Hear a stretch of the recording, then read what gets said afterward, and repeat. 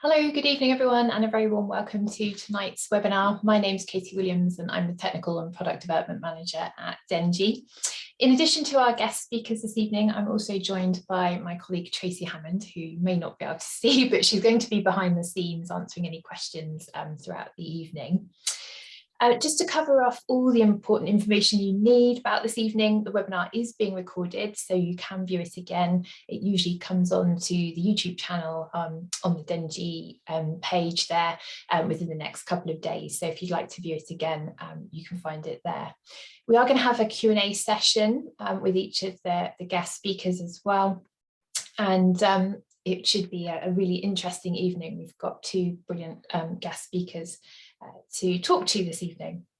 While people continue to join, I'm just going to mention our next webinar, which is on, it's actually in the new year, so on Thursday, the 12th of January. It's on the theme of preparing to compete. I'm going to be joined by Tim Randall for an insight into life as an FEI vet. And we have a legal expert, James Pheasant, who's actually covered some very high profile cases relating to prohibited substances. So he's going to be giving us advice on what you can be doing as an owner rider to protect yourselves. And it does apply to all levels of competition. So even at riding club level, especially if you get to championships or regional finals, you can be tested. So it's really useful information. But back to tonight, I have two great guests joining me. Many of you will know Anne Miller from previous webinars. She's a supported rider and is an advanced dressage rider competing at Small Tour, and I'll introduce her more fully when we get to her session. But first of all, you can see on the screen Lucy Makepeace, who is an equine functional and rehabilitation practitioner.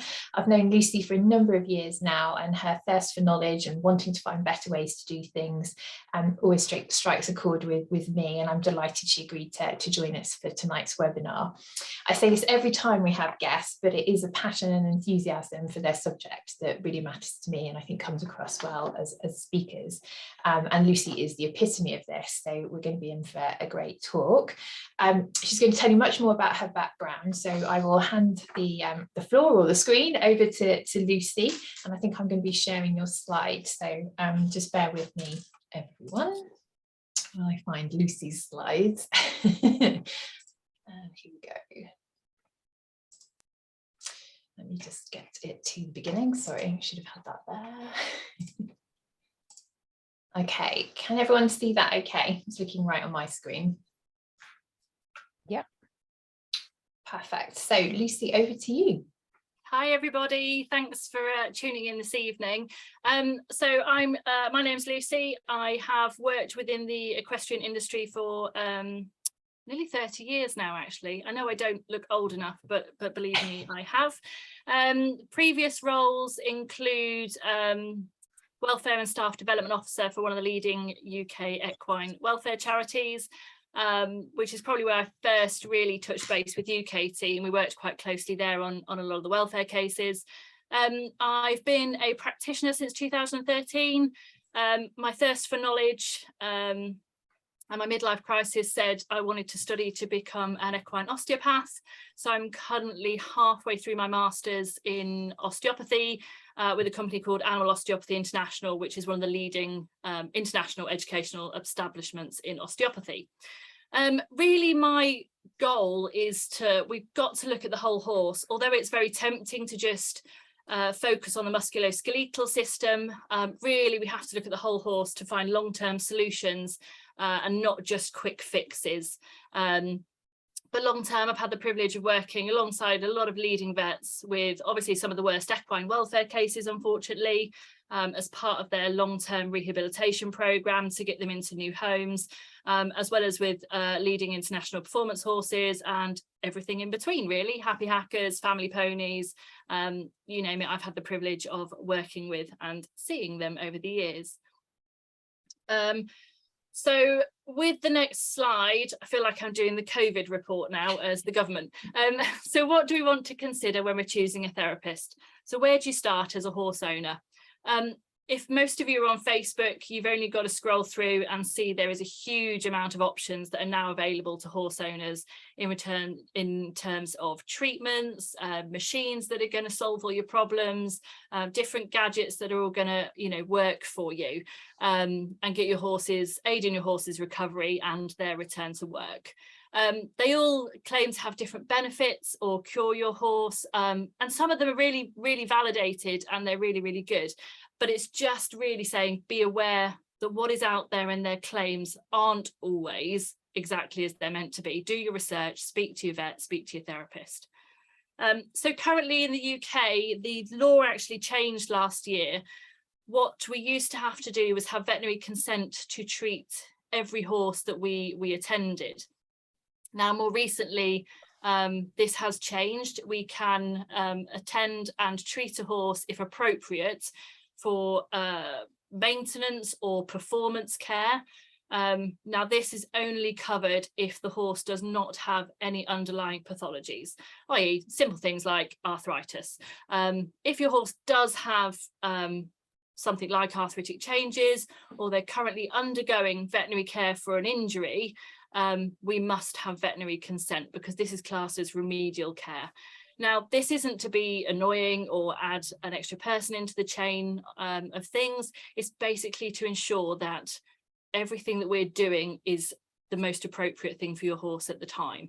And sometimes, you know, vets will know more about what is appropriate for your horse than ideally what we want as owners some of the time. So that's really why, if we're treating an injury or we're classed as remedial care for a horse that has long-term problems, we really have to have veterinary consent before we can proceed and attend to that horse. Next slide, please. It's coming. Okay, so again, there's a lot of therapies available. We don't have the time this evening to cover every single possible different therapy that's out there. They all have their benefits, people have their preferences. So what I'm going to do is just cover basic knowledge of the three main ones. So it's veterinary physiotherapy, chiropractic treatment, and osteopathy. Those three are the most popular, but obviously alongside well-qualified good sports massage therapists, there's a lot of those out there doing a very, very good job. So with veterinary physiotherapy, they mostly treat animals that will have a dysfunction that is creating a problem with movement. Many times this is because of a referral from a veterinary surgeon to aid in recovery of a horse, or sometimes it is used in elite and performance horses to minimise the risk of injury and to aid their performance. Now, like I say, I can't give an exhaustive list. I am not a veterinary physiotherapist, so this is literally an overview. There will be other options in there that I probably haven't covered because everybody is an individual and everybody does things slightly different. But often techniques that will be used on your horse will be massage, stretching exercises, electrotherapies, prescribed ridden exercises, and they're all given to you as appropriate for the horse in front of the therapist and to aid recovery and performance of that horse.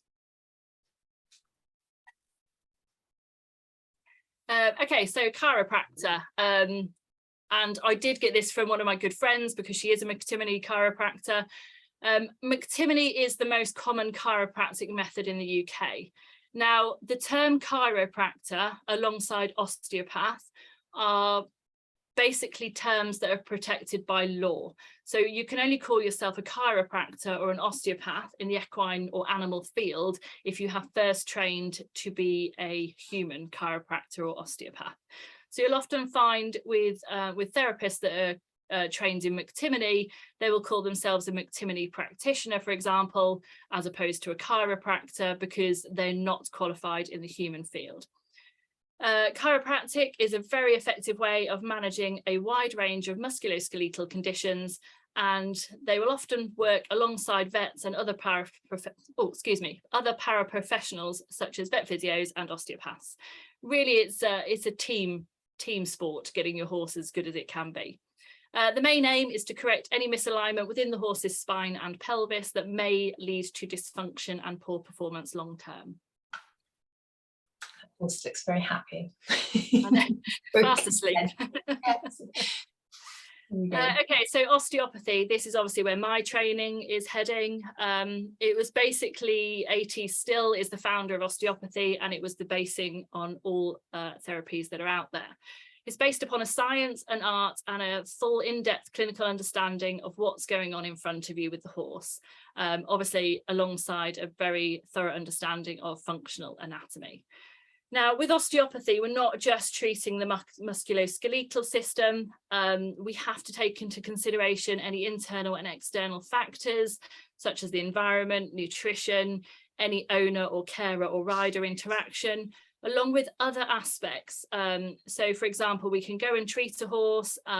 We could treat its body all day long.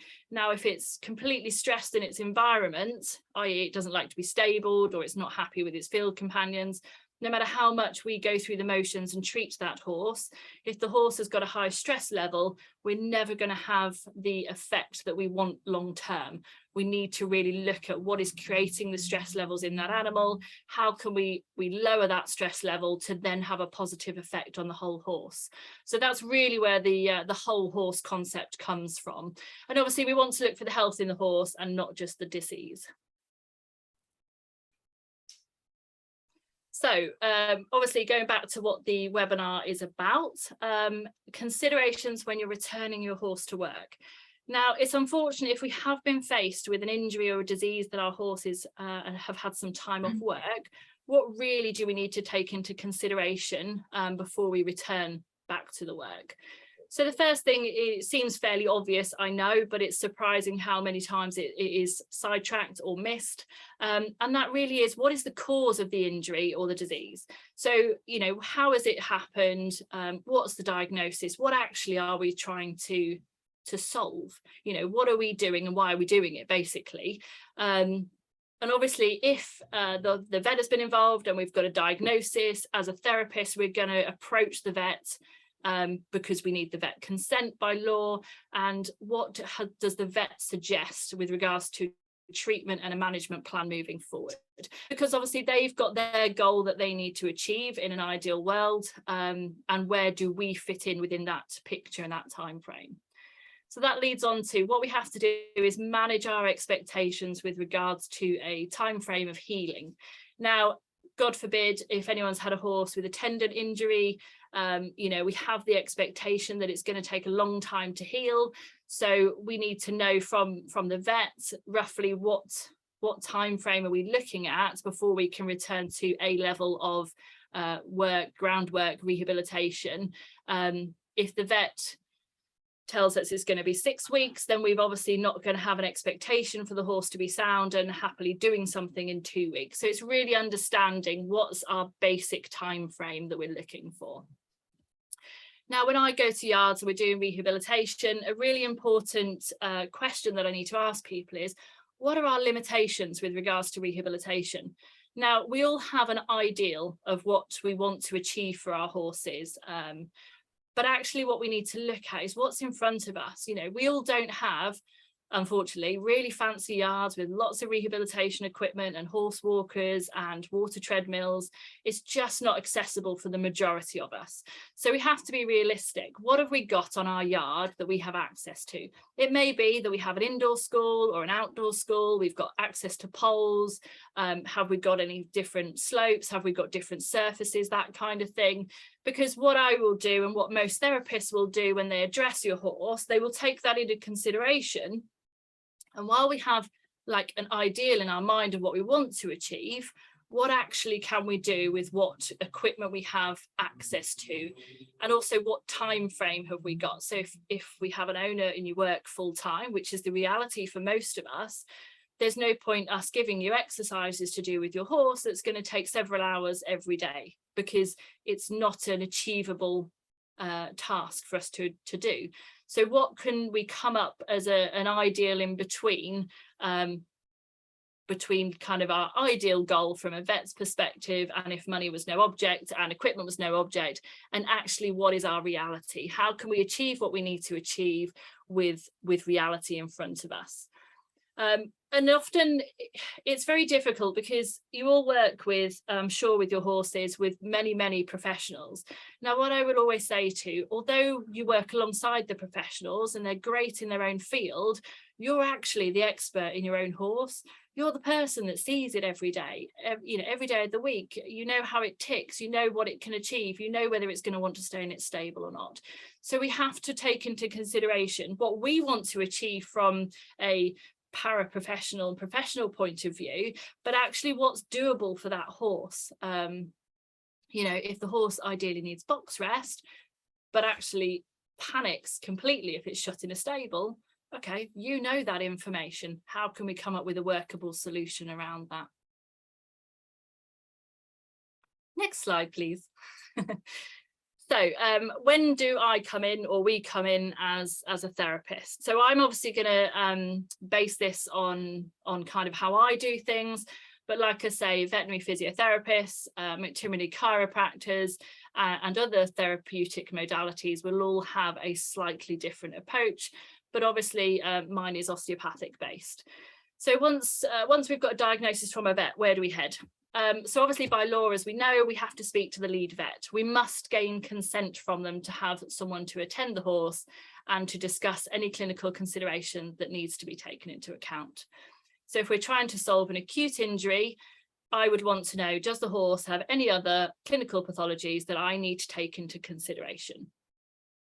So then I would look at the horse from top to tail.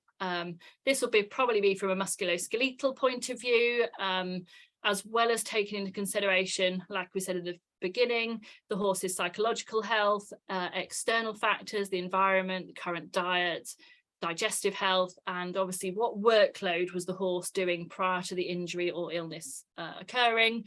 I would also ask questions like, when was the last farrier visit? When did the horse have its teeth done last? Vaccination status? And sometimes I get some funny looks and it's like, well, why is that relevant to the fact that it's injured its tendon? I am that person that asks 20 questions. If I don't, I can't build up an in-depth profile about your horse. Everything you tell me is relevant. And it may not seem relevant at the time, but actually, if your horse is due its farrier and its foot balance isn't ideal and we've got a tendon injury, then obviously we're looking at altered posture because the horse isn't standing as happily as it would be, because, you know, it's got long toes or low heels and such like. So we have to take that into consideration as to what it's doing to the whole body. So any findings that I find might be over and above actually what we're there, the acute problem that we're trying to solve. But obviously these all must be taken into consideration. So what would happen next? Okay, so after I have literally quizzed you and you've been sat in the mastermind chair and I've quizzed you extensively about your horse, we will come up with a working hypothesis. That will often be formulated along with any predisposing and maintaining factors. These have to be taken into consideration. So, for example, what do I mean by predisposing and maintaining? So literally, if we're looking at an acute injury, like I just used the example there, if the horse has got poor foot balance, you know, less than ideal, it's gone through a longer shoeing cycle, something like that, that could be maintaining poor posture, poor loading capacity onto an acute injury that actually needs as much support as possible. But as we all know, if you've got long toes and low heels, we're putting more strain at the palmar aspect or the back of the horse's leg, which is obviously putting more strain, like we say, using as an example, the soft tissue structures, the suspensory ligament, the superficial flexor tendons, and so forth. So, you know, that would be a maintaining factor, creating a problem on a soft tissue injury that has occurred. So unless we have all the information, unless I ask all these questions to you, how can we possibly come up with an appropriate treatment and management plan for your horse moving forward? Okay, so sidestepping slightly, I have the owner's permission, obviously, to share Pen with you. Pen is a fabulous looking horse. Anybody who actually knows me will know I've got a bit of a thing for ex-race horses, emotionally and financially not, but you know, in my heart, that's my passion.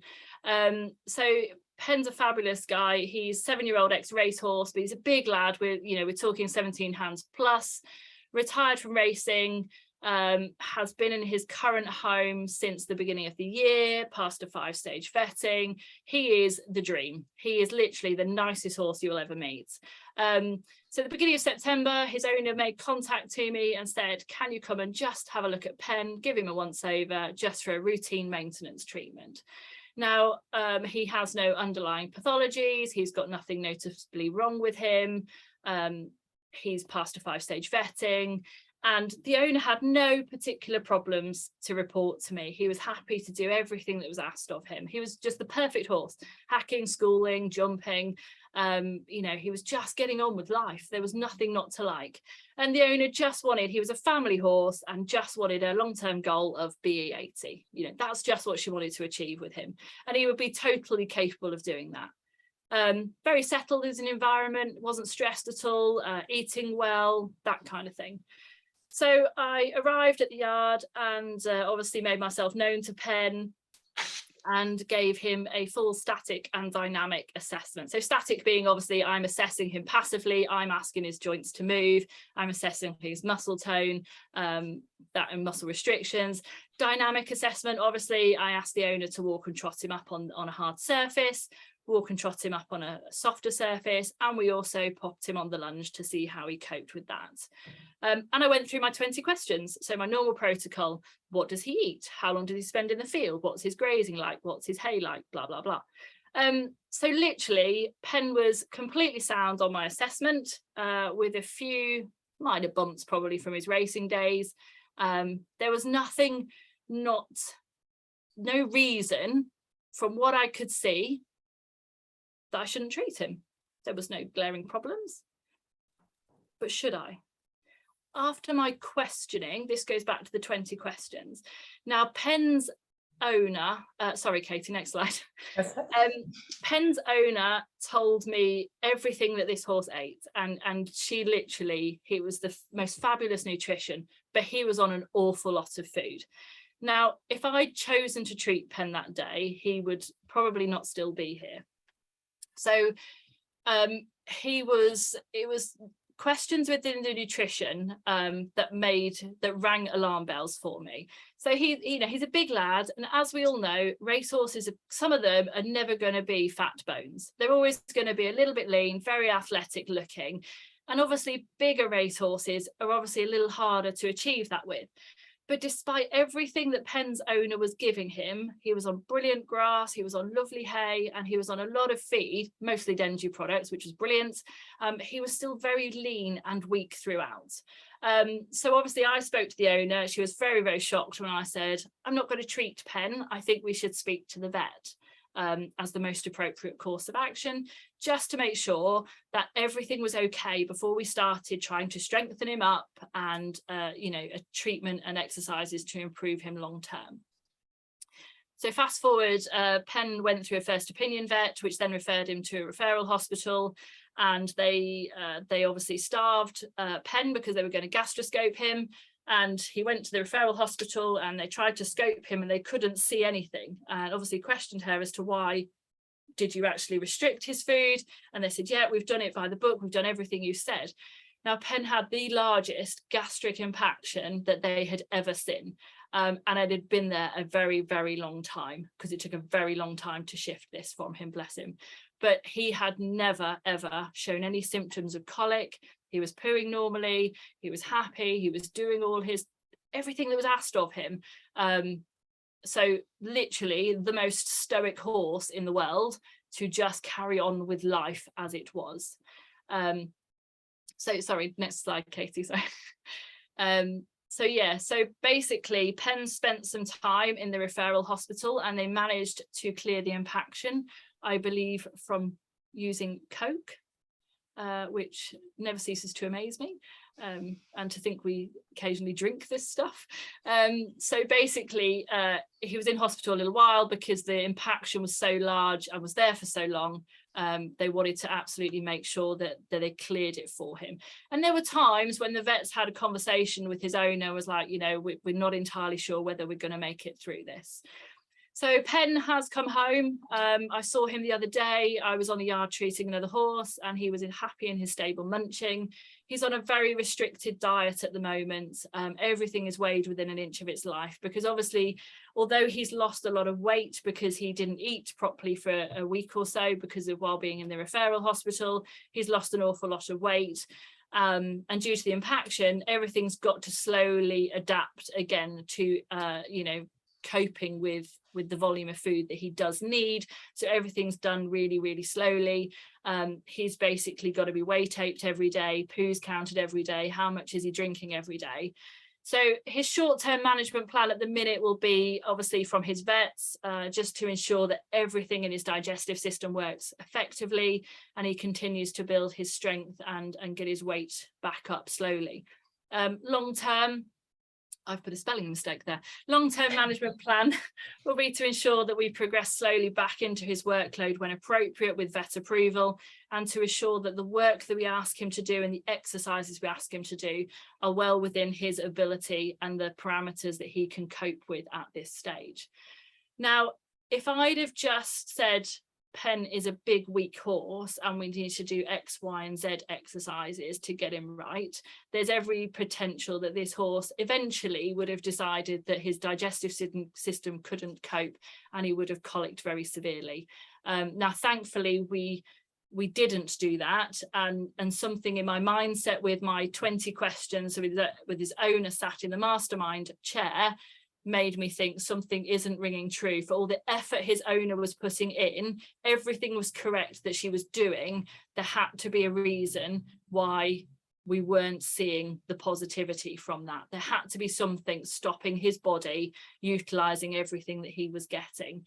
So although it's not you know, what we would deem a musculoskeletal problem, it absolutely proves that we must do all the questioning. We really must look at what's going on in and around that horse's musculoskeletal system, because if I'd have treated him and given her strengthening exercises, it would have been totally the wrong thing to do for him at that time.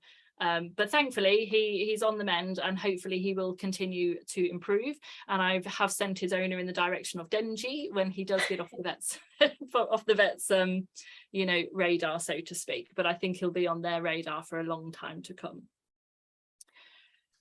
So this is basically going back to why we assess the whole horse in every single aspect. We can strive for quick fixes, but analogy there's no point fixing a leak if the whole roof is damaged. So really certainly from my approach, we're looking for longevity and long-term functionality for our horses. And again, not just from the musculoskeletal system. We've got to have everything working in conjunction with everything else, because everything will impact everything else in a horse. And obviously we can't do that as individuals. It's a whole team approach. If you've got a good professional team around you that you trust, then hang on to them because they're hard to come by. So that's your vets, your practitioner, farrier, nutritionist, your trainer. Every single person within your professional team wants to keep your horse's health as good as it can be. So I know probably some of you wanted me to come up with some fantastic exercises for you to do with your horses and carrot stretches and all the rest of it.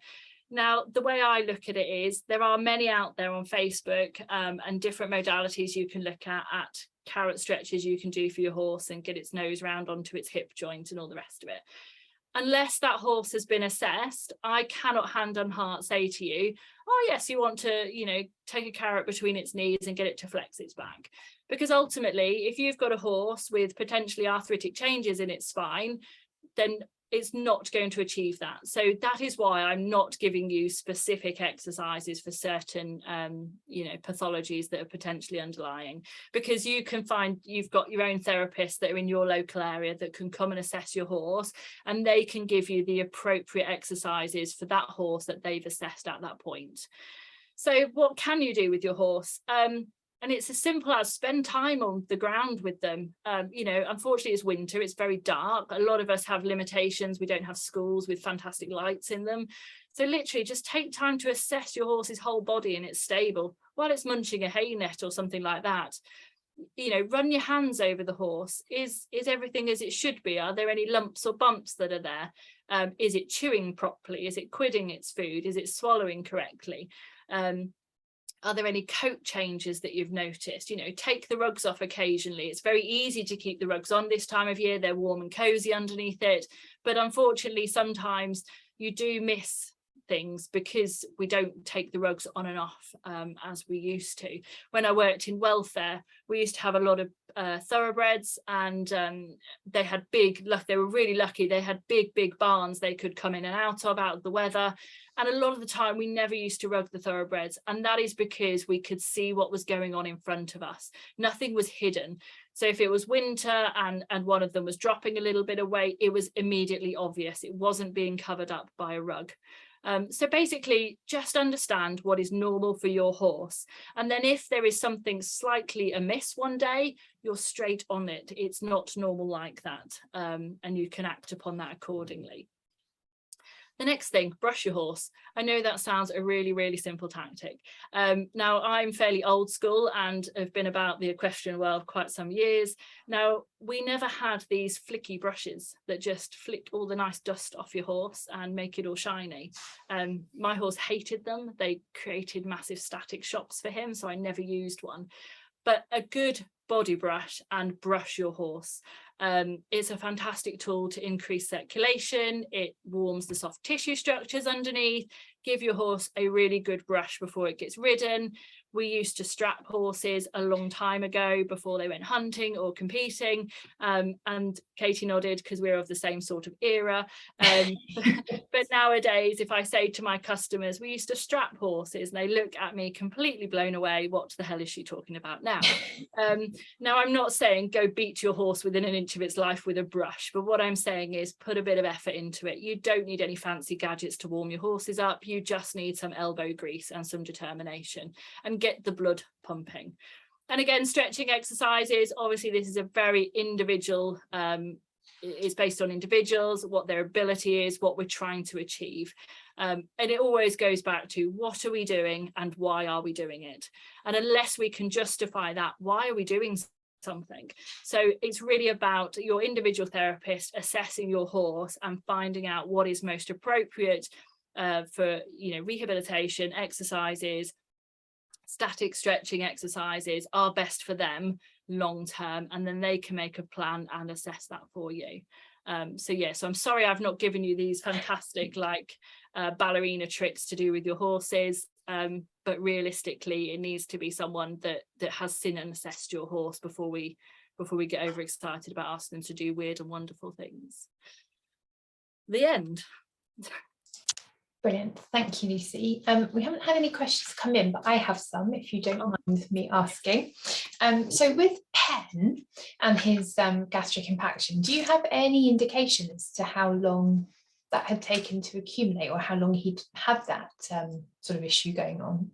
No, the only thing that obviously I was shown photos of him in his previous home, where he had obviously been out eventing, and he came to his current home in obviously a much, when I say much better condition, I mean from a weight perspective. And so there was just a steady decline in gaining, in losing the weight, so to speak. It didn't happen very suddenly, and it certainly, wasn't dramatic enough because the owner would have acted upon it.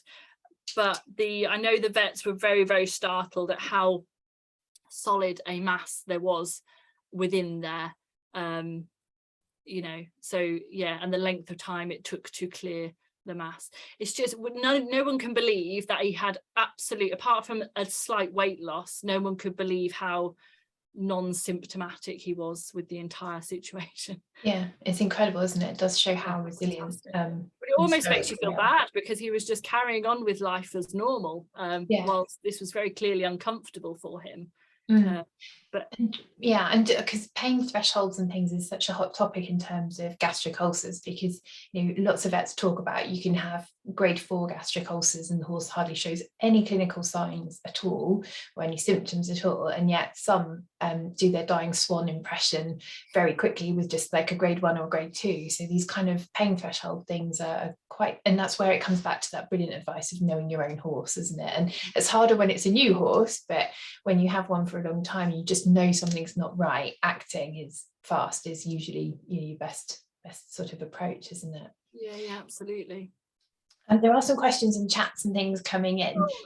So if you're, I think I was going to do them at the end, but if it's all right while we've got you on screen, are you happy to take them now? And then totally. it's sort of if I can answer any of them. Yeah, I'm sure you will. So we've got a question about heat pads and vibration boots, and are they beneficial to the horse before work? I think you've probably alluded to the fact that, you know, grooming and things is you know, perhaps the better strategy, but can these things offer any benefits? Or I think do your research. There's a lot of different modalities out there that have absolute proven benefits.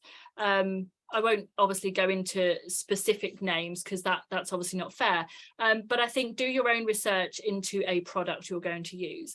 Now, there's lots of products on the market, and you'll see there's different, they'll publish different papers on something. Now, sometimes what you're looking for really is an independent research paper, as opposed to a research paper that's potentially funded by the company promoting their product.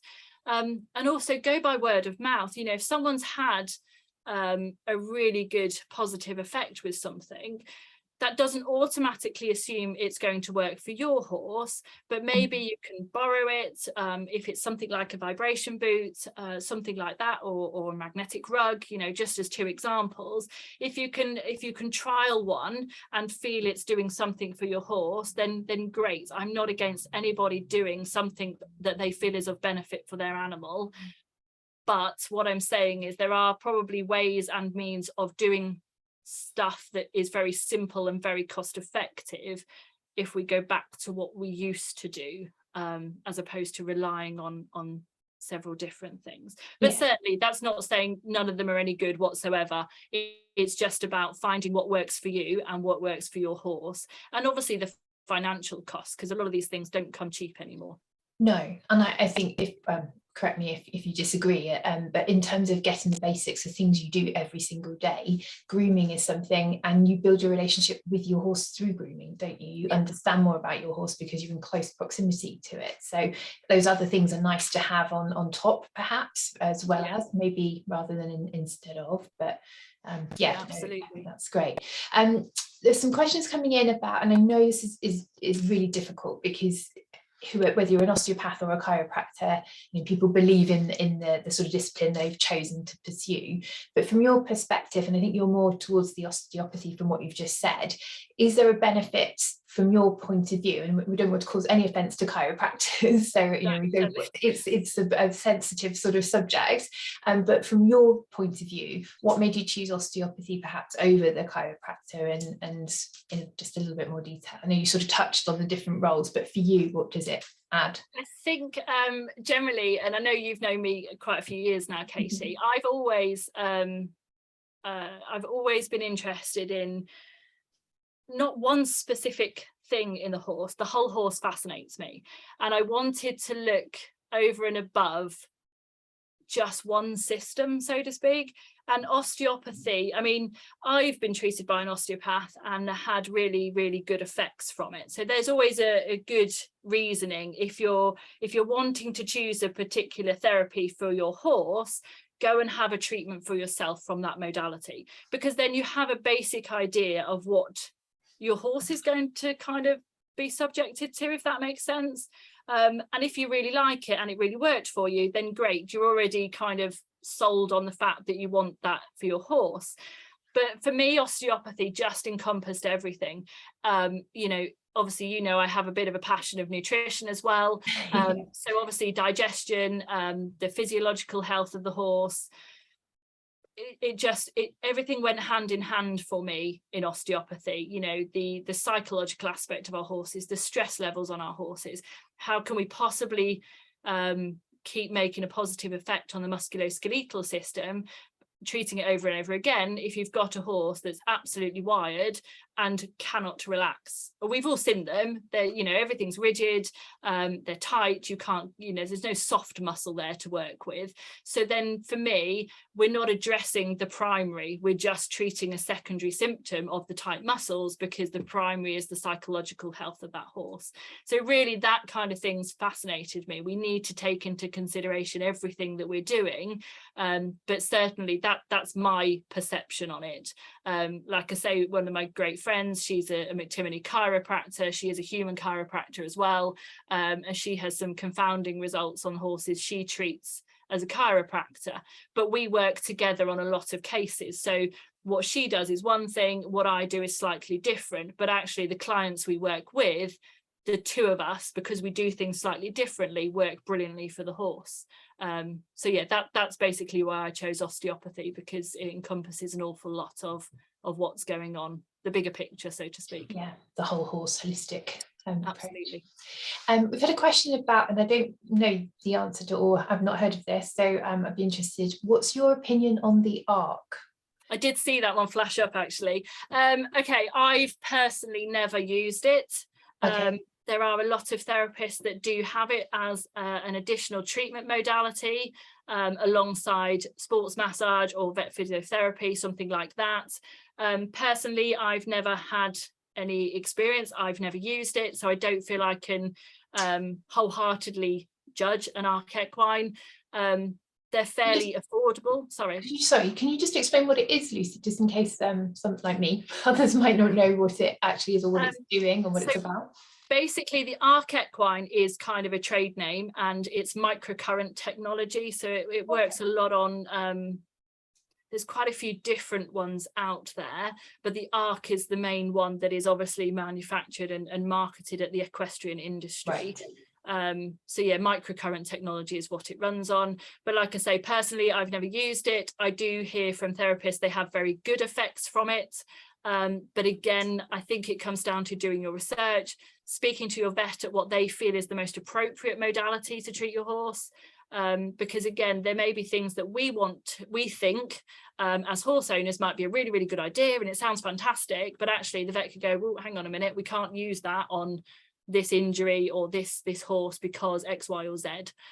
So I think if you were looking to use something like that, speak in depth with the people that manufacture it, because obviously they've got their perception of how they, and marketing of how they have seen it work, but also check with your vets whether they feel it's an appropriate modality to use on your horse. So just basically do your research before you spend any money on something. Brilliant, thank you. Just one sort of more, I think, question for now, and then if we'll come back to them at the end if we've got a bit more time. If someone's got a horse that's very good at sort of hiding pain, potentially, maybe a case of arthritis, and I guess you would say speak to your vet about trying to establish if she is in pain and how to go about combating that as the first port of call. Until you know for sure, there's not much a therapist could do. Is that right? Or yeah, so if you're suspecting a pain, I mean, I don't really know what you must have your suspicion to start with, whoever's asked the question. Yeah, so it's an older horse with arthritis and often gets bad pain in her knee, but the horse masks it. So what would her approach, what approach should she take, really, I suppose? Okay, it's very difficult. I've got an elderly horse. He's fairly large. He's a leg on four corners, and he certainly won't blow over on the fens. He has he is a rescue, and he has horrendous arthritic changes to his distal joints in his both front feet. Now he is on 1 bute a day, and he bounces around like a spring chicken, and it's not ideal because he's too big to bounce around like a spring chicken. But 1 bute a day manages his pain. He doesn't give me any indication whatsoever. Now, the day that horse changes from being a spring chicken and a bit of an idiot on the end of my lead rein is the day I question his comfort. So this really goes back to knowing your own horse. We know ourselves if we've got arthritic changes in certain joints. There's certain times of year that we're great, i.e. the warm weather, the dry weather. When it gets a bit mild and it's a bit damp like it is at the minute, we start to struggle as well. So it's really just, as we say, horses are very stoic, or some are very stoic, some are very scream at you at the slightest thing. It's just about knowing your horse. And if you have any kind of concerns or doubts in your mind, which obviously sounds like you're already kind of thinking, is there or isn't there a problem, going on, just have a chat with your vet and see what their perception is. How can we address or assess how if this horse is in some discomfort or not. I often say to my clients, pain is a very sweeping statement in a horse. We have no idea what they feel really. Unless it's like three-legged lame and it's got a foot abscess, yeah, okay, it's in pain, we can see that. But generally we've got no idea what they're feeling on a daily basis. It's just our perception from what they're showing us. So as long as you kind of understand your horse, and if you've had it many years, you kind of learn how they tick, and if there's any changes within their demeanor or behavior at all, just have a quick chat with your vet about it and see what they suggest moving forward. Brilliant. Thank you for that. I'm going to let you have a break because you've been talking for a while. So there are some more questions coming in. If you've got time behind the scenes and you're happy to answer any of them direct, Lucy, please feel free. But if Anna is there, Hello. Here she is. I will introduce Anna Miller. Thank you, Lucy. That's brilliant. And Thank you. so Anna, as I said earlier, many of you will probably recognise Anna from some of the previous webinars that we've done. She's a Dengie supported rider for many years now, and is an advanced dressage rider competing at Small Tour. Recently moved, but still in the Surrey-Sussex borders area. And Anna's got training competition liveries, as well as competing for select owners.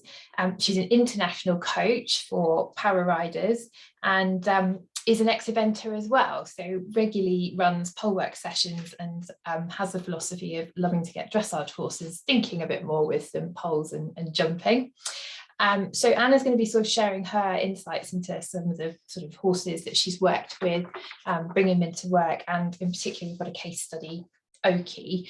If you want to bear with me a second, because I've got some pictures on my screen, but I just need to get to the right. I thought that was really interesting listening to that chat, and I really wanted to interject about the grooming, because we are very big on grooming. And I am not a fan of the flicky brush. I think if you're not getting sweaty when you're grooming, you're not grooming. I like a rubber curry comb. It costs about £2. I think if you use a rubber curry comb all over them, and you do that every evening after before they go to bed, before you rug them up, you're going to notice if they're sore behind the saddle. You're going to notice if there's any kind of tight bits. You feel them all over, and then you body brush them down, and I think if you don't it's like picking their feet out every day. You feel their legs every day. It's just that I thought it was really interesting listening to you talk about that whole horse approach, because that is very much our yard philosophy. I just wanted to say, yeah, everyone should have a rubber curry comb and bin the flicky brushes. Yes, definitely. Well, and I think it's great, isn't it? It's all about knowing your horses as well. Yeah. Definitely spending time with them. Now, I know, Anna, we wanted to focus on, because you've been working as part of the sort of para squad and the coaching you do with Dr. Rachel Murray as part of that sort of British team setup, and she's been giving some sort of rehabilitation exercises and things. So should we start with some of that and things that you've integrated into your routine and your training with your horses, and then should we go to Oki after that? Does that make sense? Yeah, sure. So Rachel Murray has been working with, I think, across all of the British teams. For me, I've had most contact with her through the para squad, and I just feel like she's brought an extra element to what we've been doing. Obviously, she's a vet, she's a rider, and she's involved with many riders at the top level across the disciplines, and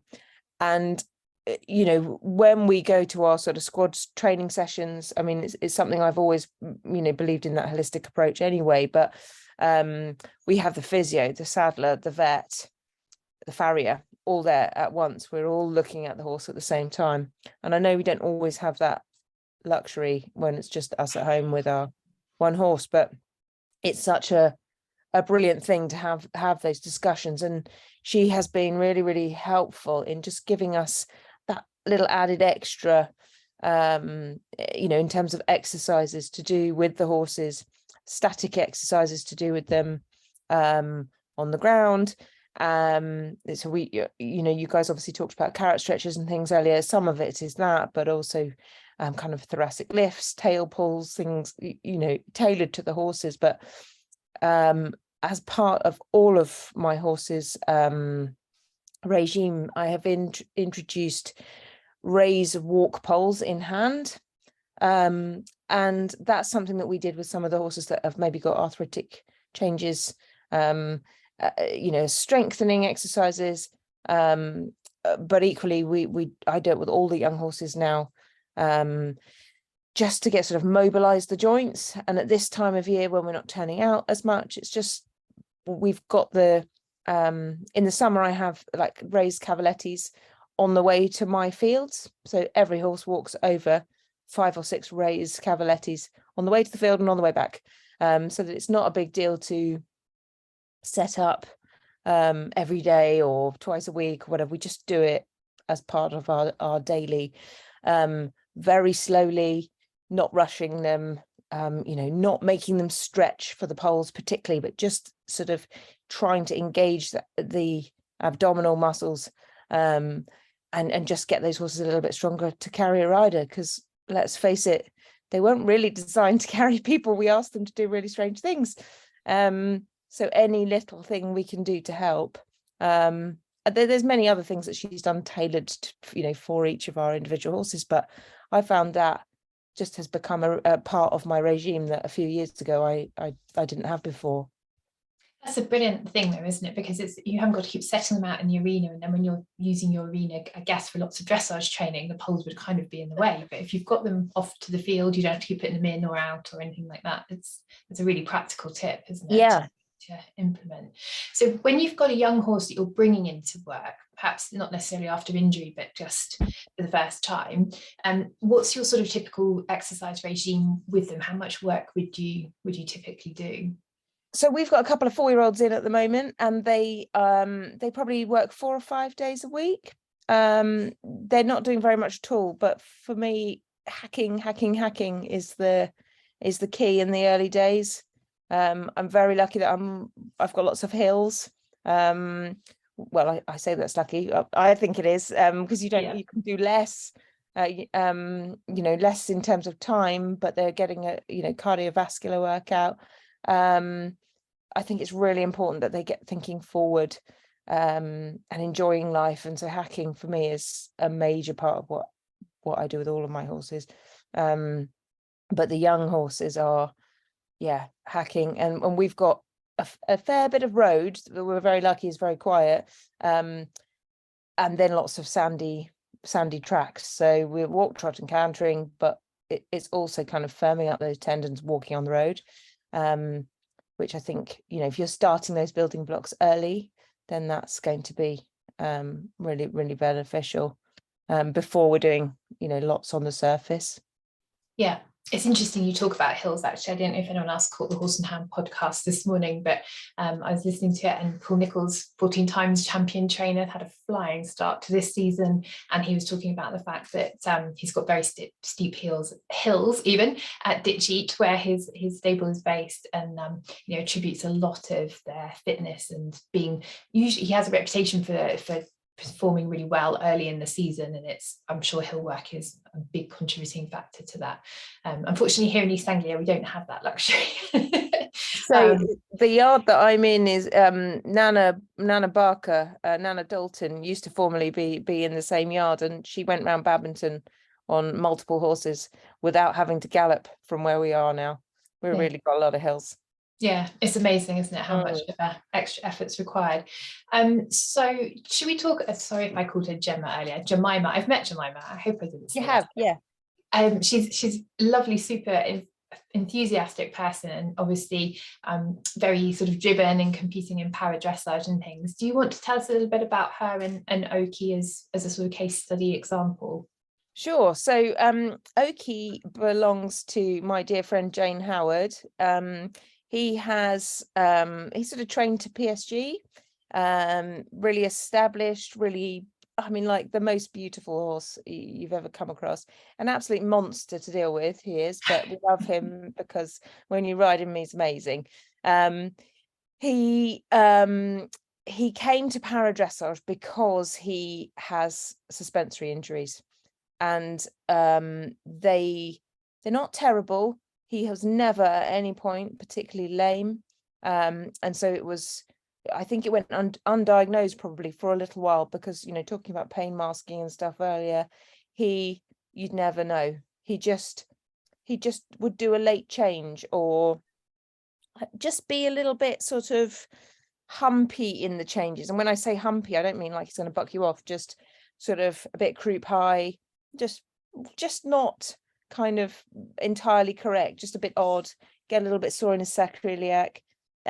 He never showed any terrible signs of lameness or pain, so it would have been very easy to miss. He just was basically a little bit crooked. So we did have Jane discovered that he had the suspensory injuries, and rather than kind of push him to continue on up the levels, she thought that it would be nicer for him to drop down, have a bit of an easier life, still get to be a total show off at these big international shows. In fact, he's probably been to some bigger shows now than he's ever been to. He's supposed to be doing a demo with Jemima and myself at what I want to say Olympia, but at the London Excel Hall show in a few weeks' time. Although he's been so cheeky recently, we're contemplating taking the 4-year-old instead, because he's been better behaved, grown up. Yeah. But keys of management, we have to really read the signs, read the whole horse. So the grooming thing is imperative, doing the exercises that we've been given by the vet and the physio, but knowing when he starts to tell us, you know, when he's a little bit crooked or when he's a little bit late with those changes, actually let's just check that he's okay. You know, that's when we do get our practitioner team out and about. And my poor team, I make the farrier talk to the vet and the vet talk to the physio, and you know, but I think you have to. If you don't join the dots, then we'll miss things. So yeah, Oki is a constant, you know, we do have to constantly manage him, but he's worth it. And you know, he's a wonderful horse with a can-do attitude that always wants to do it. So yeah, so we have to find ways around his funny ways. But what sort of management regime has he turned out? And most of the time, he doesn't like being out for very long. He likes to go out, and then he likes to have about an hour where he's a good boy, and then he has about a half an hour he starts to get a bit twitchy, and then if you leave him longer than that, he will gallop around until he kills himself or the fence or his neighbor. We do have to, the other thing that he has is a heart murmur, so we do have to be careful that he doesn't gallop round and round and round. So he's not a horse that you would just watch and say, oh, he'll get over it. You know, it's dangerous for him to gallop about. So in the summer, we can just about get him out until lunchtime. He also won't wee in the field, so we have to bring him in for a wee, put him back out again if he starts being a menace. I mean, I think he's a little bit institutionalized and a bit bonkers, but as I say, we work to his quirks. He does go out every day in the summer. In the winter, we tend to hand graze him so that he doesn't, you know, behave like such a muppet and do himself mischief. We hand walk them in the arena. We do our raise poles with him every day, and we work him on the lunge a little bit, but in a very large, you know, sweeping sort of. He's never on little circles with his suspensory injuries. We have to be quite careful with that.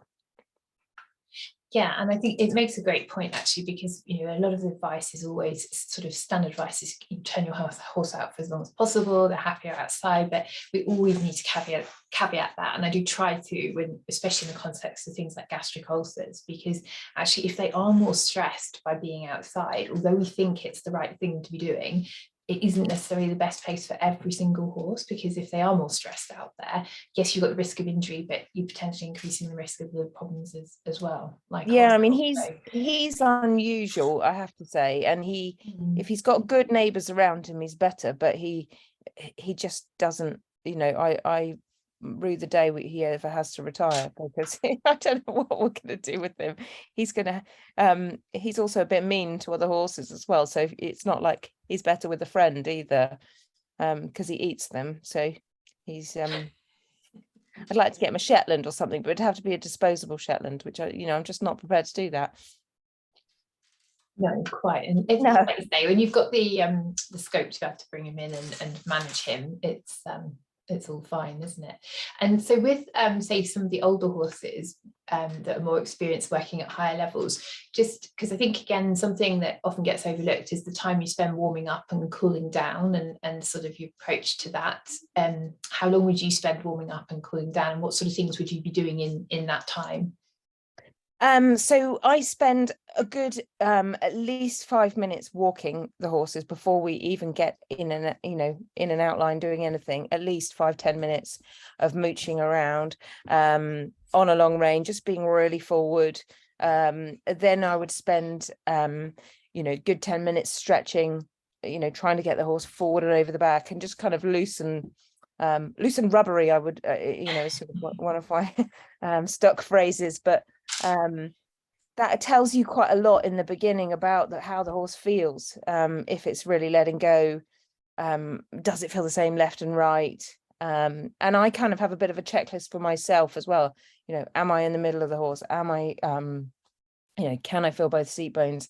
How do I feel like I've got the same weight in both reins, both stirrups? All of that I think is really important, that you're continually not just assessing your horse but yourself as well, because let's face it, we've all got sort of left and right hand tendencies, as do they, and trying to be straight and even is something that I pipe on about an awful lot, because I think it's really important. We've all got our wonks we have to work round, but we need to be working around them. So yeah. And so if you've got something coming back from injury, do you sort of spend extra time warming up, cooling down, or is that probably probably, but I think I would maybe spend more time stretching within a session as well. So rather than spending a lot of time in carriage, I would be spending some time in stretch, some time in carriage, some time in stretch, rather than too long in any one, and not spending too long in any one thing. As dressage riders, we get very obsessed with again, make it perfect, and that's the worst thing for creating injuries is again. Sometimes we have to accept that it might not be perfect. Don't demoralize your horse. Try to get it good enough that day. Come again another day with the same thing if it's not working out. And keeping the work very varied, I think, is really, really key. Yes, definitely good advice. I think overuse is something that we probably don't within the it needs to be varied within the session, but as well as throughout the weekly work program. It's my horses tend to go into school 3 days a week. I mean, sometimes 4 if we've got something really big coming up, but they would hack 3 days a week. They would school 3 days a week, or they might jump one of those or lunge one of those, depending on and when I'm hacking, and sometimes they're on the buckle, sometimes they're up together. It's varied throughout this session. Unless I'm on a 4-year-old and I'm hanging on for dear life, and then I'm just it's neck strap doing whatever I need with my neck strap. Yeah. Brilliant. I was just looking, I don't think there's any questions. Sorry, I'd left the chat box up. So if anyone's seeing big grey blobs on the screen, I do apologise, because I've sort of opened things and not shut them. But I think Lucy and Tracy have been doing a great job at answering questions and things behind the scenes. If anyone's got questions for Anna, do pop them in there. But I think if it's all right, Anna, I'm going to crack on with my bit, and then we'll cover off any questions at the end. So feel free to have a cup of tea or a glass of wine. Turn me off, Katie, turn me off.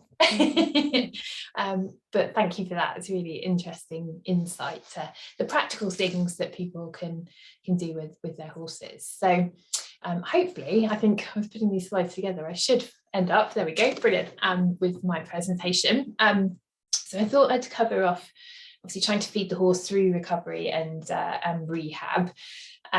it's a broad, very broad topic. So I'm trying to pick some of the highlights, some of the areas that are of particular interest personally as well, which I have actually been researching a bit from a sort of PhD over the last 5 years. So I'll try not to bore everyone to death on all of that. But essentially, I think, and this has come to the fore a lot more when we've been talking about sort of gut health and what is it and how do we actually achieve it? Because I think as Lucy set up very nicely, this kind of individuality and what's normal for a particular horse is even more exaggerated when we look in the context of gut health, and specifically more recently the microbiota, so the population of bugs that live within it. We're just scratching the surface in terms of how important they are for health and behaviour in both humans and animals, or other animals should I say. So we kind of, what's normal for one individual is not necessarily normal for another, and very often it's when the horse is unhealthy that we actually sort of know there is something wrong. But defining gut health and general health can be actually quite difficult. So we're going to have a little bit of a look at that. Obviously, some of the links between nutrition and recovery, the roles of some of the essential nutrients, and we can't cover everything, but we'll have a look at issues, some of the practical ones, feeding the horse on box rest, issues for some of the hospitalised horses if we're unfortunate enough to have to refer, a bit like poor old Pen there, and then we'll have a little bit of a look at feeding management for horses as they come back into work. So realistically, a lot of the time we're just assuming that the absence of problems actually means the gut is healthy. So some of the images there you can see are indications when things aren't right. So quidding being an obvious one, when balled up pieces of food are coming out and not being swallowed. And also things like diarrhea, but perhaps more specifically things like free fecal water, which is a relatively new phenomenon. Certainly 25, 30 years ago, we wouldn't have known of it or described it or given it a name. And these are the sort of chronic problems that indicate something's wrong. But equally, we can have those acute situations where a colic symptom or diarrhea are occurring, with the potential to become recurrent. So particularly if a horse has got ulcers and we see these sort of fairly mild but persistent sort of colics that keep coming and going, there is an underlying issue there that we need to address, but the colic really is the symptoms rather than actually the sort of what's causing the horse the problem itself, which is the ulcer. Weight loss, now that could simply be too little energy going in, but as in the case of Pen, it may also indicate a very less than healthy gut in his case, but some other issues going on. So all those 20 questions that Lucy asked the team here on the feed line would be asking similar sorts of things to try and get to the bottom of what's going on. Is it simply a case we're just not putting enough energy in for the work the horse is doing, or is there something a little bit more sinister that we need to be thinking of? And this one's probably a little bit contentious, but I think it's probably fair to say we have degrees of health. So sometimes, particularly when we're working with these really top elite performance animals and racing, polo, those sorts of disciplines, we may well be compromising slightly health, particularly in the terms of gut health, for achieving a sort of work or performance outcome. So that we're trying to find a balance, we're trying to keep them healthy enough to perform at their best, but in an ideal world, would we be subjecting them to the sorts of diets and management regimes if they were to be in optimum, couldn't be better type of health? Well, probably not. So sometimes there is a little compromise to enable these animals to do the job we want them to do. So there are always things we're bearing in mind when we're advising clients or customers working at those sorts of levels. And as I alluded to in the intro, really the importance of the microbiota for health, and increasingly understanding more about the impact that has on a horse's behaviour. So again, sorry for the wordy slide, but this is really just to make the point of how important nutrition actually is for recovery. And it is my pet subject of working collaboratively together. Much more collaboration is needed between the different professionals, working with vets in hospitals, and obviously on yards as well.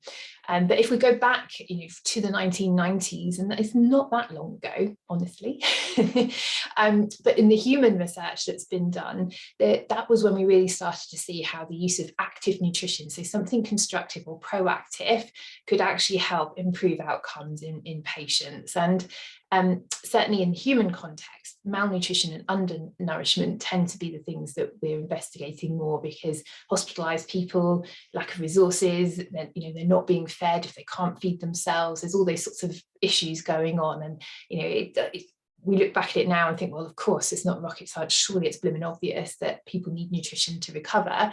But sometimes it takes these sorts of reports, and that King's Fund report back in '92 was probably quite a seminal piece of research that was done and has been built on ever since. Malnutrition in horses when they're hospitalised tends to be less of an issue in the mass population, because most of our leisure horses and ponies to have a tendency to be good doers and perhaps more likely to be overweight. But we have had a study in the last couple of years showing that actually, if you are overweight or your horse is overweight and it has to have some form of surgery, they are potentially more prone to incisional complications. So in other words, the kind of wound isn't healing so well. And that may simply be because if they're in an inflammatory state, which obesity is tending to put animals, humans included, into that inflammatory state, then you're more likely to get an inflammatory or an exaggerated inflammatory response when you're under stress. So it's been well described in people, but this is the first report really starting to show the same association in horses. So these are all things we're going to think about if our horse unfortunately has to go into hospital, and particularly if it's going to require surgery.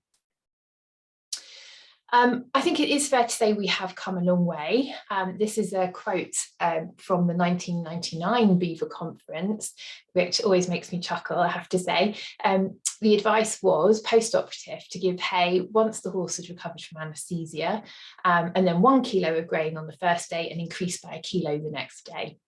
We wouldn't do that for a horse that wasn't in a state of stress and trying to recover from surgery these days, but it just shows in a relatively short space of time how things are moving on, thankfully, in most cases, I hasten to add. So when we're looking at trying to structure a diet for recovery, I think it's a good analogy to sort of be building the blocks of a brick wall. We need the foundations to be solid, and the very obvious one is obviously water. It's the major component of the body, so we kind of take that as read. But it is important to think that horses that are poorly may not drink, and just like Oki doesn't want to pee in the field, there are certain horses that don't want to drink water from the tap. So going that little bit extra, or putting that little bit extra effort in and bringing in sometimes the tank water from the field is often more palatable. Trying to flavour it, maybe give them warm water in the winter if we're trying to get them to consume that water, because without it, recovery is going to be compromised. But from there, when we're looking at the sort of nutritional side, then forage is clearly important, and we'll spend a bit of time looking at the different options we have. And then we may just need to balance that forage. And when we talk about balancing, it really is just topping up on the things that the forage isn't providing. And they are the essential nutrients for sort of repair and recovery. So we're going to focus most on those sorts of elements tonight. Obviously, if an animal needs more energy to put weight and condition back on, then we would look at better quality fibres and oils in the bucket feed. And there are some additional support things that we can do to try and enhance recovery. And we'll touch on one of the two of those as well. But it is a massive topic. So we're going to really predominantly focus on things like balancing the ration and sort of forage quality. What is very encouraging is that there are some very limited in number, but there are some good studies and sharing of information going on in sort of horses recovering from sort of problems relating to the digestive tract. So this was actually presented at Beaver last year by Gail Hallowell and her colleagues. And what's nice about it is that the emphasis was on fibre and sort of quality fibres as well. And it's very much the philosophy that we here at Dengie would sort of advocate, because it is fibre first. But these were horses ranging in age from 8 to 22 years, and I would say have had significant digestive issues in their relatively recent past. You can see there some were recurrent colics, some were diarrhea, weight loss, and 38% had actually previously undergone colic surgery. And this was the diet that Gail and her team had sort of put together. I've highlighted the oil content because oil is not a particularly palatable feed material or ingredient for horses. They don't, they haven't evolved to have a high oil content in their diet. Grass doesn't have very much oil in. They have a much sweeter tooth, but obviously, too much sugar and starch is potentially a problem. So to encourage them to sort of eat the sort of oil can be a bit of a challenge, but I think it's interesting to note that when in this study, when they kept it to less than 25 mils per 100 kilos per day, it was pretty well tolerated. With this sort of ration, I've got the numbers in a real sort of scenario in a second, because this is obviously kilos per 100 kilos per day, which doesn't mean much until you try and apply it to an actual horse. But if they needed to, they could actually increase it by another 25%, and the horses were still consuming it. And I'll show you what that looks like in a minute. So the horses actually remained on the diet for between 6 weeks to 3 years, which again is another key finding in terms of people often worry if they can't use the long length forages. But this study shows that actually short chopped fibres and soaked fibres are absolutely fine. You can keep your horse going on them for a relatively long period of time, years in this case, without sort of compromising on gut health. So yes, it could end up being more expensive, obviously, than using perhaps your typical hay and haylage, but in terms of horse welfare, successful outcomes, it can be positive. Now, these are obviously quite an extreme veterinary cases. The 1 year survival rate was 79%, which the authors conclude is for relatively severe issues, a good outcome, and they would consider that that was a safe diet to use. So we would extrapolate from that, therefore it is safe for other horses on box rest. So what does that actually look like in numbers? Well, if we take our typical 500 kilo sort of small thoroughbred type horse, then you're talking about something in the region of 5 kilos of alfalfa, 2.5 kilos of sugar beet, and 2.5 kilos of grass cubes. So around about 10 kilos, which is assuming as fed around about 2% body weight. So again, it looks quite large amounts, but obviously this is instead of haylage and hay nets kind of quantities. So we are having to use a lot in the bucket format. Now, just to reiterate that, because even though it's in a bucket, it's all forage, it's all fibre, so we're just thinking of it in the same way as we would a hay net, just in a chopped form, and we would obviously advocate building up to these levels over some time. I personally would start every horse with a predominantly soaked ration, particularly if we're talking post-operatively, and potentially going with a soft grass chop first, then introduce the alfalfa chop. The reason for saying that is that the grass, because it's naturally got a little bit of sweetness, natural sweetness from the grass itself, it tends to tempt them to eat. It's very soft, more so than the alfalfa, which can be quite stalky. So I would typically tend to start on a soft grass chop, maybe a 50-50 mix with the alfalfa. But say this was the ration that Gail and her colleagues chose to use, and I think continue to use in their hospital. There has been some deliberation as to whether you get the same sort of stimulation for gut motility from using these sort of mashed fibres. And I think the general conclusion, and I did sort of participate in a webinar with some various vets from different hospitals, and the feeling is that yes, because all we're doing when we put it in a mashed form is pre-chewing it for the horse. It's got the fibre, and it still wants, by the time it gets to the stomach and then into the hind gut, it's not that dissimilar. The chewing motion should get it into that smaller particle size anyway, so you should still get the same sort of motility. And the general consensus is to actually start to introduce hay after around 3 to 5 days. So you can see, if you remember that 99 Beaver paper, sort of hay straight away after anaesthesia recovery. Now we're talking actually, let's start with these more digestible fibres. They're softer, they're easier for the gut to break down and utilise, and then we'll bring the hay in, which is a less digestible form of forage, much later on than we were doing. So what does that look like in a practical environment? So weights and measures, really. So a section of hay is typically around about 2 kilos in weight. And these chopped fibres, particularly the grass ones, which that's a chug there of the sort of pure grass, which is just pure grass with no coating, would be a kilo in something that size. So it's a large sort of volume. what we would say with that is if you're using different materials, do weigh it, because as soon as we start to put coatings or pellets or other ingredients into these blends, they will become heavier. So this is about the lightest, fluffiest form of chopped fibre you're going to get, because it's grass and it's very soft and leafy. When we're looking at scoops, something like a Hi-Fi product is usually about 300 grams. Alpha A type products tend to come a bit heavier, so they're more like 400 grams, but they're very small amounts. So we have to park that rule of feeding little and often. Yes, it applies to cereal-based feeds.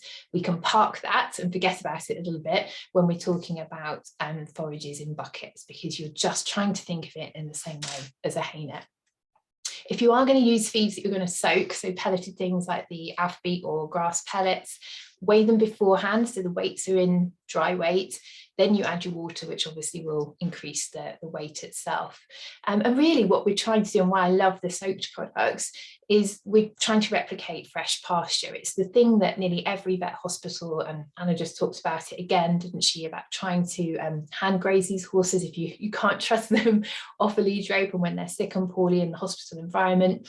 Hand grazing, nearly every hospital that I've sort of interviewed and worked with for my study said that is what they will try to do at any opportunity. And what we know about grass is that it's 80% water roughly, and when we switch them off of fresh pasture onto anything that's conserved or been dried, then obviously the water intake drops dramatically.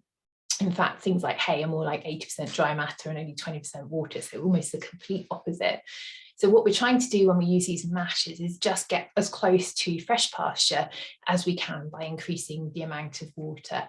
And I think this case study, he was an old boy, Ross, 37 years old. He had poor dentition, he quids in the field, so he was really struggling even with just fresh pasture. But on this very sloppy combination of sort of alpha beet, grass pellets and some high fibre cubes, he could almost slurp it and drink it. And if you need to do that for a very sick, poorly horse or something you're trying to rehabilitate, that's absolutely fine. It's as close to fresh pasture as we're going to get. I don't know if this video will work, but it always switches it sideways. I'm not entirely sure why. But you can sort of see him practically drinking this. And he kept going for a relatively long period of time on this sort of gruel-like consistency.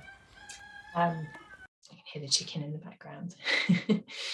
So some of the practical challenges of feeding these horses on Bucks Rest, reduced appetite or inappetence completely is a big challenge for the hospitalized horse. We're trying to tempt them to eat. So you can see cafeteria style. This is a great photo where we offer lots of different options. So we're just appealing to whatever they fancy at that particular time. Soaked products, trying to get those concentrated fibre sources that will help to maintain gut function. If we use the concentrated feeds like balancers, we're getting lots of nutrients in a very small volume or relatively small volume. So they're a great option when your horse has a limited appetite. And as I said earlier, that sort of natural sweetness from those chopped dried grasses, they're highly digestible and very useful for tempting some of the fussier horses. If we need to go for some extra calories and we want to put oil in, so you can just add straight oil like Gail was doing in her ration, or we can try things like micronized linseed, which has a high oil content but has a bit more substance and structure to it, which some horses may find more palatable. And again, you can mix it into a soaked mash product and hide it pretty effectively. So there's some sort of practical options we can try. Again, you can add some sort of cordials or food flavorings to try and mask tastes and flavors, especially if you've got to try and get some medication into them that they don't particularly like. Trying to hide it with some apple juice or something like that in moderation, because the primary objective is to get them to eat initially, and that can be another tactic that you can employ to tempt them. Some of the other risks and challenges, well, we are sometimes faced with a sudden change of diet. And I know I would say this, wouldn't I? But if you're on a predominantly fibre-based ration in the first place, this is less of a challenge or less of a potential issue, because they can pretty much stay on their high fibre ration even if they are stabled. We have the stress of being confined. So some horses don't like being stabled, and as a result, you can see some might start to attack their own door, trying to get out or displaying their frustration. That can obviously result in weight loss. Lack of appetite potentially again is going to result in weight loss and colic. So what we're trying to do is maintain their weight without resulting in digestive upsets, and that's really where the high quality fibres with some oil, if we need it, come in. And immobility is not good for digestive health. There's obviously a colic risk because we know that moving around is helping to promote gut motility. And I'm going to touch on the sort of lymphatic system in a bit, but there's some real benefits for movement and having that constant flow of fibrous material as much as we can through the digestive system, again, to help the mobility of the digestive tract, which we'll cover in a bit. I just wanted to touch on some of the interesting studies that have been published over the years on things like bacterial infections and just how big a risk or a threat they actually are. This really is the hospitalised environment, and back in 2002 we had the Colic Conference actually hosted in the UK, and at that time C. difficile, which we have become much more familiar with through human infection problems in hospitals, was talked about as a potential risk of diarrhoea in horses visiting vet stables. And I think the BMJ, so the British Medical Journal, showed that just a probiotic for human prevention of these sorts of problems could actually help reduce the incidence of C. diff diarrhoea in humans by about 17%. So there is some evidence to show that these proactive or preemptive strikes and trying to use things like probiotics help to reduce the risk of digestive upsets. And more recently, actually at Viva this year, there was a presentation on salmonellosis, which salmonella infections, and rather alarmingly, actually a topical issue with this whole egg shortage in the UK. And I don't know how much fact there is to this, but it's one of the risks of bringing these imported eggs into the country is the increased risk of salmonella again, reliving the 1980s, because their hygienic quality isn't quite as good as those produced in the UK, but that's an aside. But certainly in the hospital environment for horses, there is an increased risk of salmonella. Scott Pirrie from Edinburgh was presenting at Viva and talked about periods of hospitalisation contributing to this increase in shedding of salmonella from horses. And there have been various studies done over the years, and actually even in hospitals, sort of horse equine hospitals, and you go and take swabs from the contact surfaces, they are finding salmonella present, and particularly worryingly, resistance apparent in those sample swabs. So that's certainly a concern. What I think this probably all tells us is that the change of diet, the stress, the disease itself, but all contributing to this increased risk of infection. Obviously, horses are very frequently given antibiotics when they are hospitalised. So you are exposing them to these potentially harmful, potentially resistant bacteria in the hospital environment. You're giving them antibiotics, which is going to compromise their natural defences anyway, because you're taking out some of the good bacteria that normally keep these harmful ones at bay. And then you're also making a dietary change. And that is the unknown. We don't really know how significant that impact of that dietary change is, and it's something we're working with vets and various hospitals around the country trying to see if we can get a better feeding protocol sort of perioperatively, so before anaesthesia and obviously after surgery and things as well. One of the contributing factors, and I think it is a real shame that bran mashes still are used in hospitals in the UK. I was only at a conference a couple of weeks ago at one of the leading vet hospitals, and they're still talking about bran mashes, which, it's a real shame, to be perfectly honest, and it's something we're working hard to try and address, because there are studies out there, these are independent peer-reviewed journal papers going back as far as the 90s, showing that the longer you were feeding things like bran mash, the increased risk there was of salmonella problems in these horses. So, it's not just us saying this and sort of hypothesizing that it's not a good thing to do. There is peer-reviewed evidence out there to show that it really isn't a good thing to do. And in more recent studies, the amount of soluble carbohydrates, so by that we mean things like starch, is certainly increasing infection rates of things like salmonella. So again, they're not looking at the quantity of feed, they're not looking at the type of feed in these studies, which is something which we want to address. And it would be really useful to understand more about this relationship between what is fed and risk of infection. So I'll get off my soapbox because that is my pet topic, but what can we do constructively or proactively to try and reduce the risk of problems? And unfortunately, as a company, we don't have digestive enhancing or digestive aids, so we tend to look to others, and there's a selection there of ones that we often recommend and use ourselves. But I think what's really important to say is that there are no live bacteria probiotics approved for horses. They are not an approved feed ingredient or feed additive for us to use. If they've got live bacteria in, they're basically being marketed illegally. The only sort of bacterial species that feature in our additives regs are those that are used as sort of silage or haylage inoculants. They are not safe and not done or produced to be put into feeds and supplements. So again, a really important point to take away. What that means is that we're left with things like prebiotics. So they're not alive, they are substances that act on bacteria in the gut.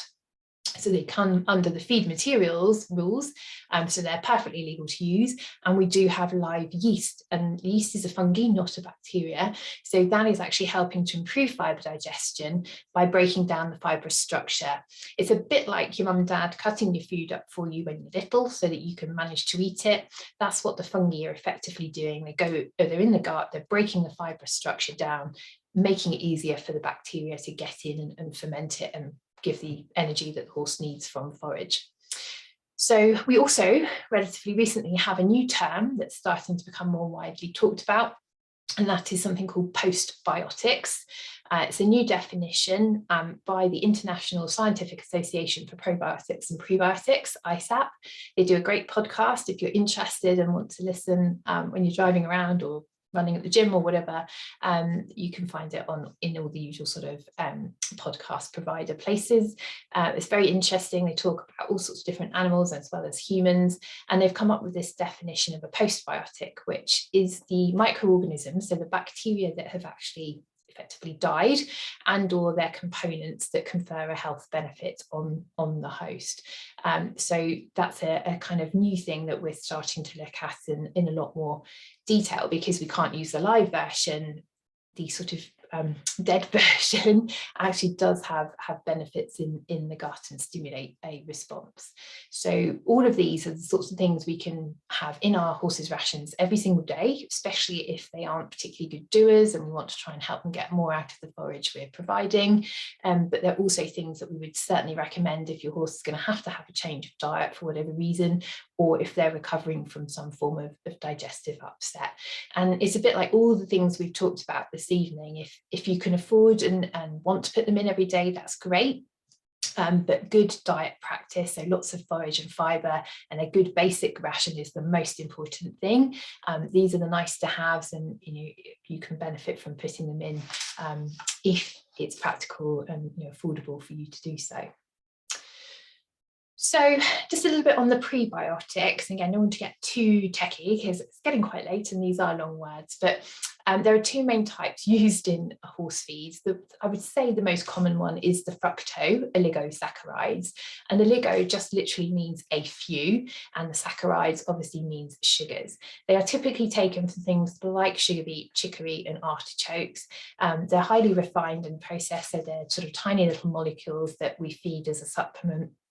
And the way they join together means that the horse's enzymes, the horse can't break them down himself, so he's not taking the sugar out, but the bacteria in the gut can break them down and they can utilize the energy. So people do get concerned, understandably, that saccharides is a sugar.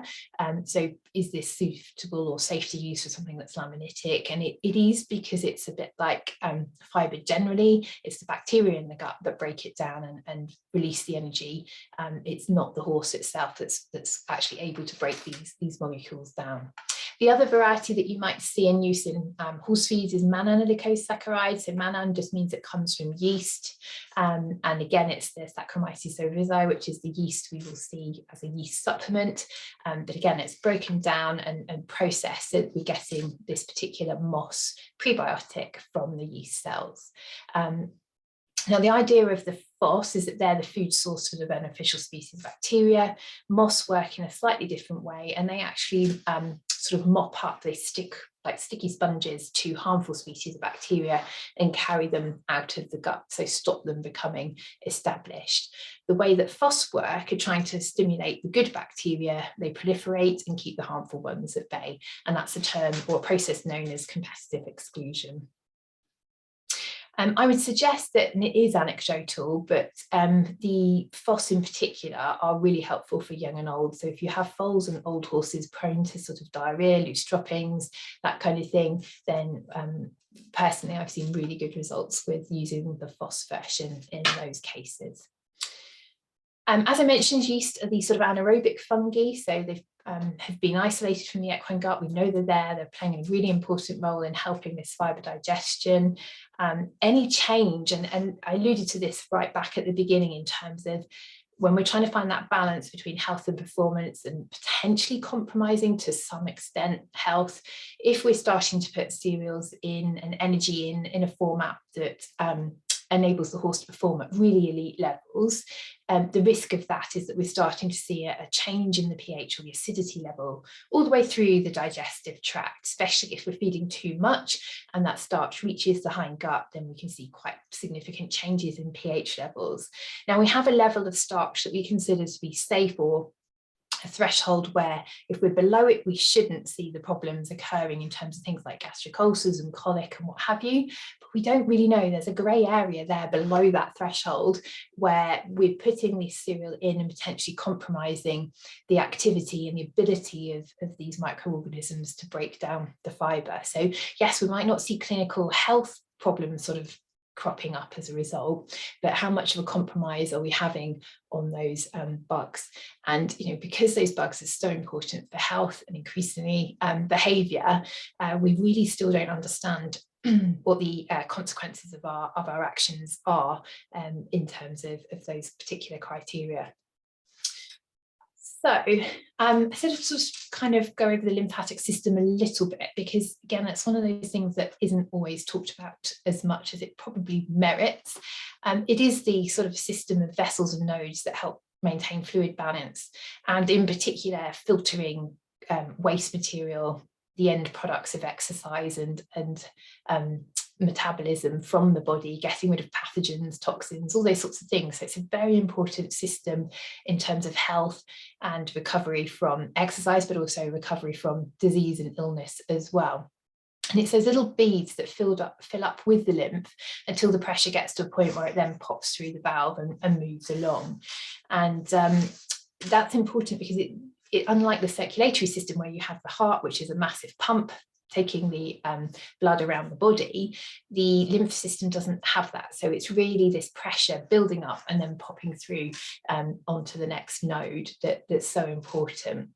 And as I sort of alluded to earlier, movement is crucial to that, not only physical moving around, so actual muscle contraction and things, the arterial pulse, but also peristalsis. So in the horse, it has a relatively high number of nodes in the whole body, so around 8,000 compared to just 600 in humans.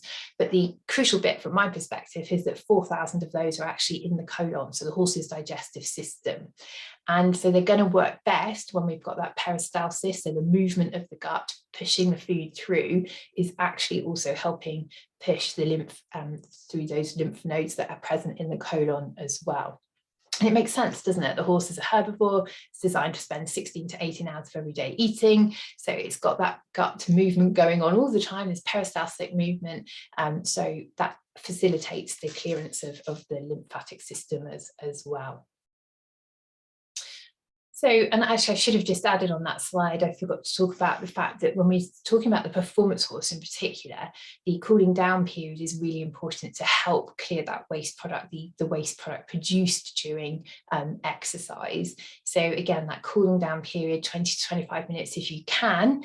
Sometimes it's a bit of a luxury when we're under time pressure, but what you do then in those 20 minutes, walking, getting everything to sort of calm back down and clear the waste products are really important in our sort of management of these horses. So again, we've sort of looked at the importance of the forage and how much we should be feeding the sorts of forage and what benefits it has. What do we do about balancing the ration? Well, protein has historically been the cause of all evil, but it has a really important role in recovery. So all tissues contain protein, as well as things like enzymes, hormones, antibodies. They're made up of protein. So protein is required for an animal to sort of recover and rehabilitate. I'm sure you're all aware protein is made up of amino acids, so they are the building blocks of protein. And those that are essential have to be supplied in the diet. And the one that we talk about most frequently is lysine. Now, collagen, which is a component of connective tissues, is made of protein. So it tends to be characterized by a high content of proline and glycine, but no cysteine. So it has a specific sort of profile of amino acids in there.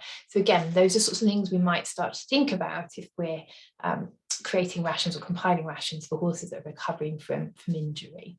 But essentially, we especially when we put a horse on box rest, and because we associate protein as being a cause of problems, sometimes people are very nervous to look at the quality of the protein in that sort of recovery ration, but it's so essential for recovering from all sorts of different problems.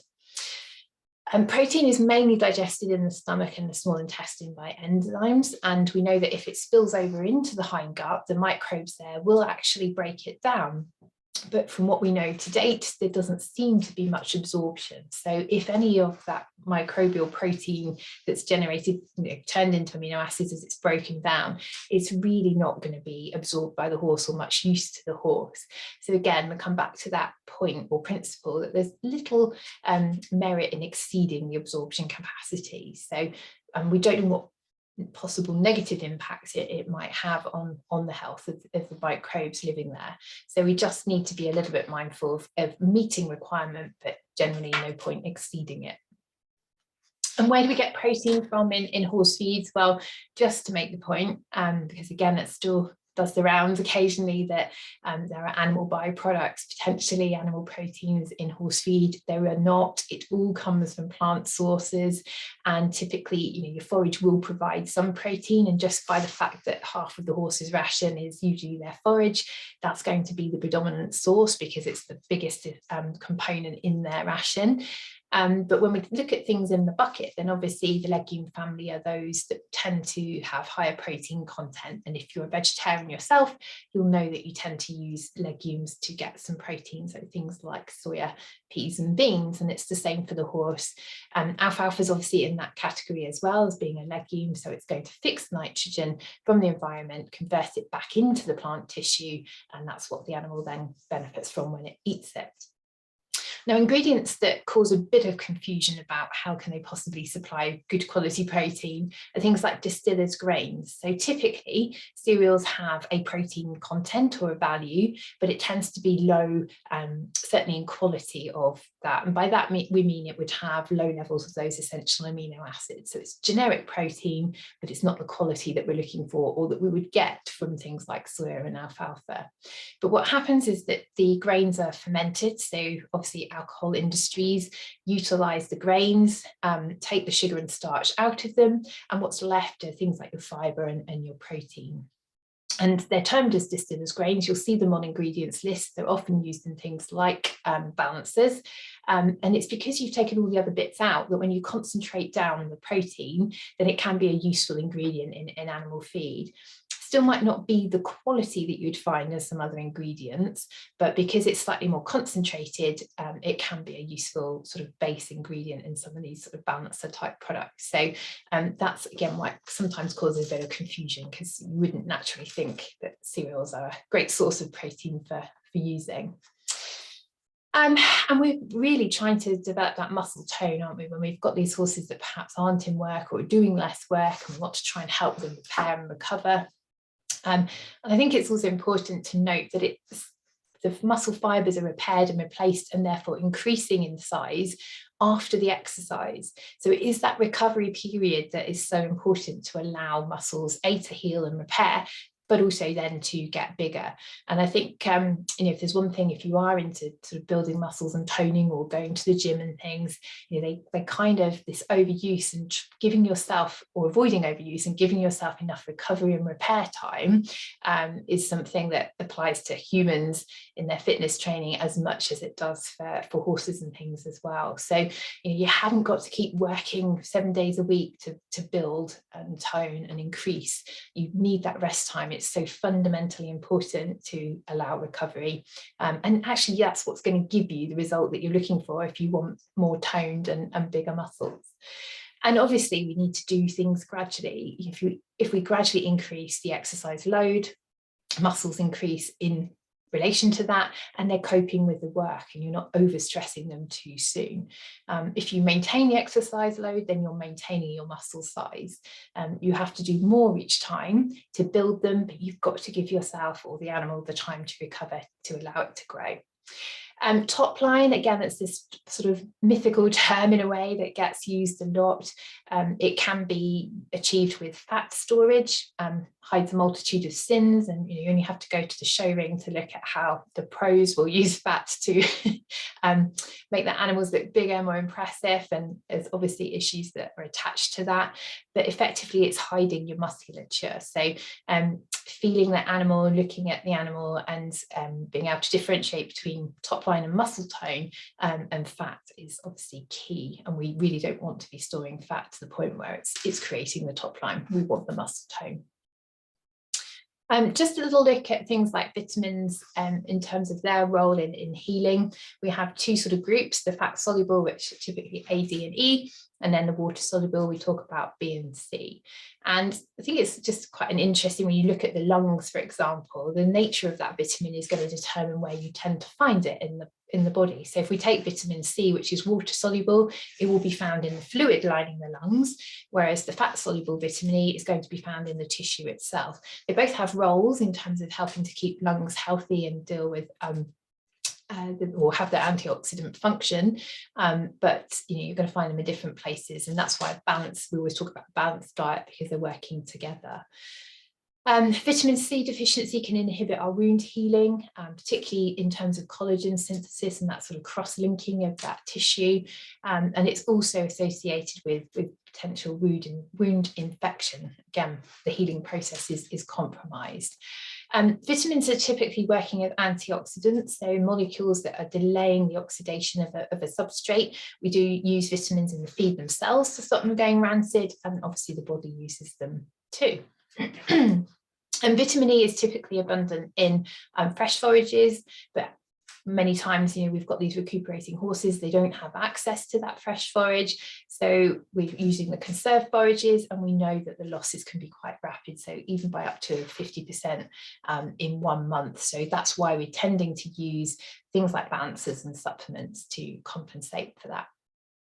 And this slide is always put up for students, I think, to frighten the daylights out of them in terms of trying to understand all the mineral interactions that there are out there. But minerals can be antioxidants as well. The ones that we talk about often are manganese, copper and zinc. So there's trace minerals, and they're actually incorporated into enzymes that operate in the body. And anytime where you see A's on the end of a sort of name of something, superoxide dismutase, it's actually that's the enzyme. The A's tells you it is an enzyme, and you see the common interactions there that I've highlighted. So phosphorus, calcium, we would know about that. Selenium and sulfur are trace minerals that interact with one another, and that's what we need to think about when we're putting these rations together. It's in making sure we've got those essential minerals going in, but without sort of too much of one, so we're not impacting the other one. I've highlighted arsenic there because it's a great example of how using something natural that you think is going to be beneficial. A particular racehorse trainer, you can Google it, you'll find the whole case, but he got a fine from the racing authorities because he was using seaweed, and it was bringing lots of arsenic into the horses. So you do have to think about where you're getting these minerals from and the safety of them. Obviously arsenic can have an impact on performance, and too much is obviously very harmful. So yeah, that's what we're there to do, is check the safety of these ingredients. Why do we need them? Well, it's quite an ironic statement, isn't it? But oxygen is actually harmful, or can be. Some of it is harmful when it's utilised by the cells. It's generating these free radicals, which will then go around and potentially damage your cell membranes and the DNA and things within the cells. We know that immune cells are also producing free radicals to try and destroy pathogens. That's one of the ways they function.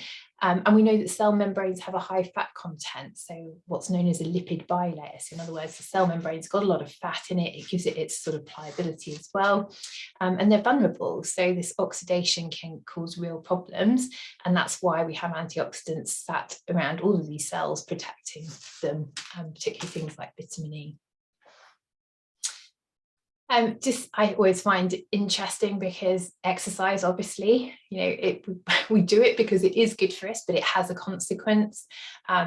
Inflammation, so response to disease, is generating these free radicals. And I always like to highlight this one. Ischemia means reduction of blood supply, and then reperfusion means the blood supply going back. The disease we probably associate with that most as a problem is obviously laminitis. So again, having increased antioxidant minerals and vitamins in rations for these horses can be really important. And obviously these ones are more for a human context, but pollution is a very real problem for some horses. If they're grazing next to motorways and busy roads, there's a lot of pollution potentially coming their way, both through the runoff in the water, infiltrating their soil, and the fumes as well. So all things to think about. Another important trace mineral, and again, selenium is a fascinating mineral because it was first known for its toxicity. So we weren't putting it into rations because it can be so harmful, especially if you get the concentration wrong. It was then discovered to be an essential nutrient, so now it's something we know we put in. And as a note of caution, if you import or use products from America, they don't tend to add a lot of selenium to their vitamin and mineral supplements because naturally in their soils they have lots more selenium than we do. So again, they don't tend to put it in because they could get to toxicity quite quickly. It's a component of another one of these antioxidant enzymes, so you can see the A's on the end there, and it helps to get rid of hydrogen peroxide, which is a harmful sort of free radical type material, hence the attractive blonde picture, because we mentioned hydrogen peroxide. And again, these are all the enzymes that are using the trace minerals as part of their structure to help deal with these toxic substances produced through inflammation or exercise. And again, that's why selenium is such an important one when we talk about things like tying up, or ERS as it's known these days. We talk about selenium, vitamin E, they're working together to deal with these disease issues. Gosh, sorry, getting very late, but just a very quick to touch on some of the botanical antioxidants, or sometimes known as phytochemicals, and they will be present in most plant species. They're very much concentrated in things like the seeds, skin, bark, flowers, etc. The classic one would be something like the tomatoes with the red colours that we're familiar with, carotenoids, things like lycopene, lutein. We kind of want this, why we're encouraged to have a rainbow diet of fruit and vegetables in our own diets. Now, there are lots that are naturally occurring in the fresh pasture that the horse can consume, but again, if they haven't got access to that, we might want to consider putting some of these herbs and other things into the diet. Now, they're nice to have, very much so, in the context of recovery and rehabilitation, but in terms of our own health and well-being, then obviously very important.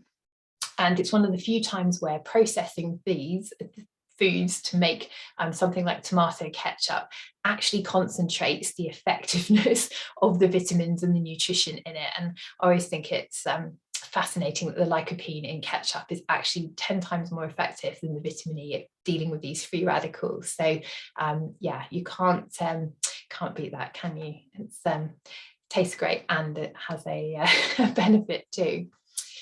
Typical rations. So with these horses, we're building from that forage ad lib, unless the horse is overweight. We then need to balance the ration. So typically that would be a balancer or a supplement.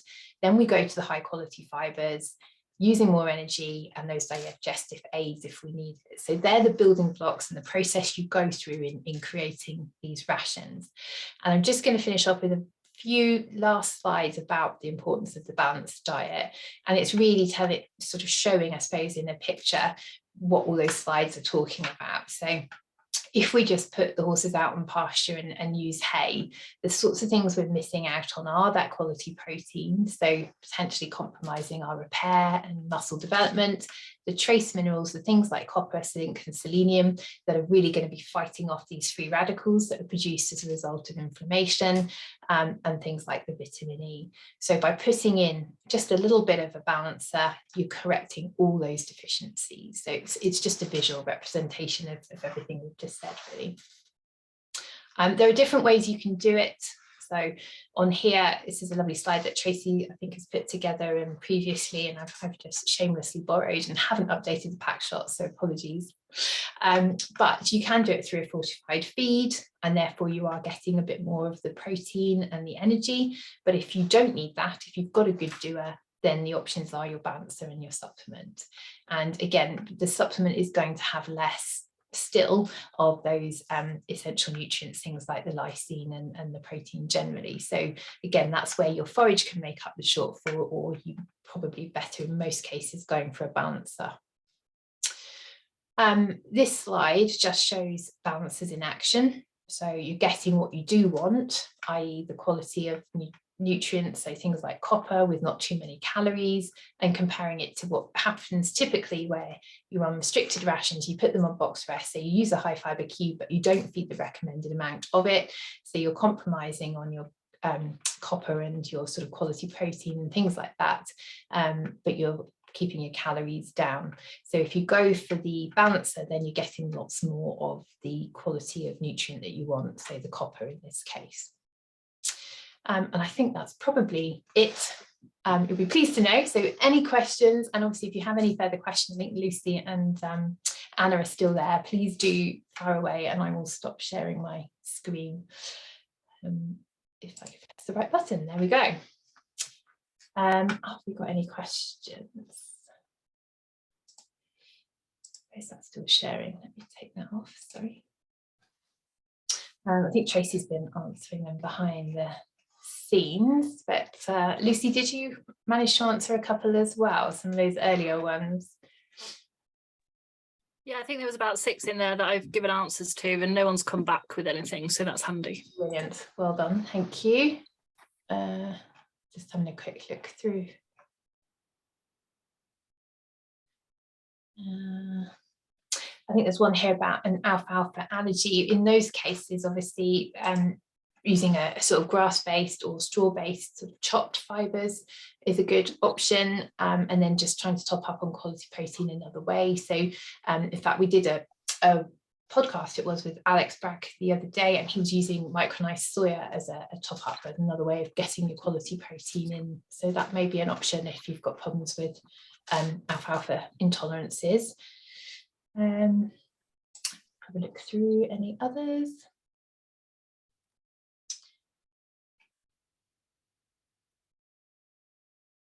Sorry, talk amongst yourselves for a little minute. So there's lots of questions to read. I think Tracy's answered most of them, and or Lucy has. I don't think there were any further ones for Anna. Right, well, on that note, if anyone does have any further questions, you're very welcome to email us the feedline feeds@denji.com, or we can forward them on to Lucy and Anna. Have we lost Anna? Is she there still? Can't see her on my view, but I'd just like to extend a massive thank you to Lucy and Anna for this evening. There's some lovely comments coming in from the audience. Thank you to everyone who's joined us this evening. As I mentioned earlier, the recording will be on our YouTube channel in the coming days, and I think we'll probably close it off there. I have to close it for everyone, so sorry Lucy, and Anna, if you're there, thank you ever so much, and hopefully we'll touch base with you soon. Excellent. Take care. Take care. Thank you, everyone. Bye. Bye-bye. Bye. Bye.